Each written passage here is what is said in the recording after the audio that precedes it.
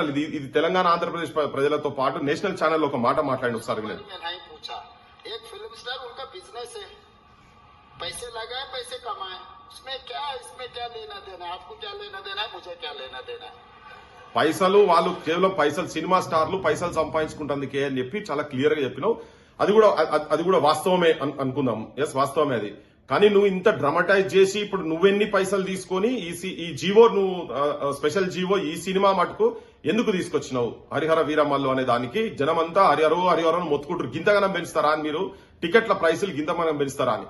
నువ్వు నేను అనుకుంటున్నా కేవలం ఏదో ఈ సినిమా గురించి కాదు, అక్కడైనా ఆ రాష్ట్ర ముఖ్యమంత్రిని కాబట్టికే నీ వాళ్ళకు నీ కుటుంబ సభ్యులకు అక్కడ కూడా దందాలు ఉన్నాయి కాబట్టికే అక్కడ పైసల గురించి కావచ్చు, నీ బిజినెస్ లావాదేవీలు అక్కడ బ్లాక్ మెయిల్, ఇప్పుడు ఇక్కడికి వచ్చిన తర్వాత ఇక్కడ లావాదేవీల గురించే నువ్వు చేస్తున్నావు అనేది చాలా స్పష్టంగా తెలిసిపోయింది. అంటే నేను ఎప్పటికీ చెప్తుంటా, శవాల మీద రాజకీయ నాయకులు ప్యాలాలు ఏరుకుంటారు అంటే గిదే కావు, ఇటువంటివే నేను చెప్పేది. ఎందుకంటే ఇక్కడ రేవతి సావును చూపించి నువ్వు ఎమోషనలైజ్ చేసినాక ఈ ముఖ్యమంత్రి ఇనటోడు కాదు అనే లెక్కలో ఒక బయట ఇంప్రెషన్ ఇచ్చి మళ్ళా నువ్వు జీవోను 8 నెలలు ఆ చనిపోయినటువంటి తడి ఆరక ముందే, ఆ జ్ఞాపకాలు కనీసం మరగక ముందే, ఆ పిల్లగాడు ఇంకా హాస్పిటల్లో ఉన్నాడు, ఆక్సిజన్ దొరకక ఇంకా హాస్పిటల్లో ఉన్నాడు. ఆ హాస్పిటల్ ఉన్నప్పుడు నువ్వు ఇటువంటి నిర్ణయం తీసుకున్నావు కదా.